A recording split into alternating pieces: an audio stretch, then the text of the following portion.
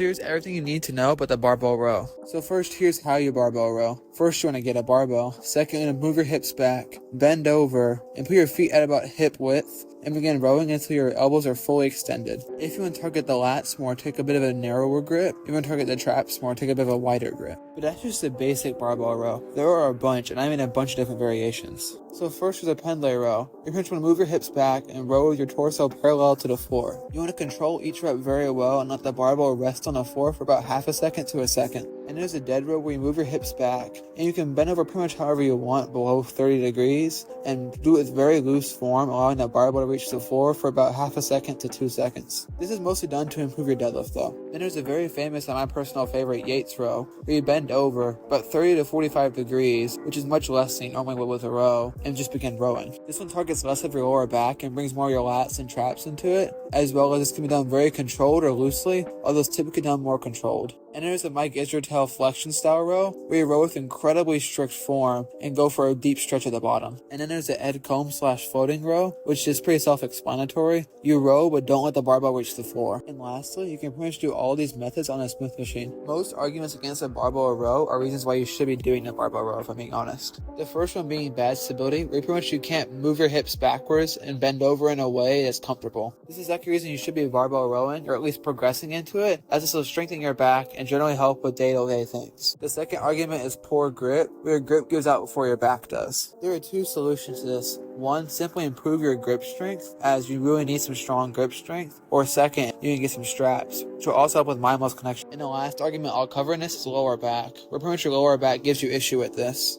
That, in my opinion, is pretty much a fair reason, and there are variations to the barbell row, although if possible, you should try strengthening your lower back.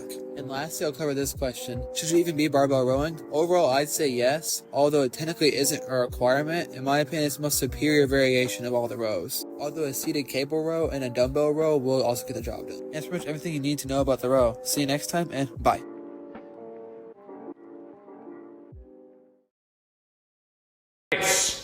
Check out my new favorite channel. It is so good. Oh my god. Look at it.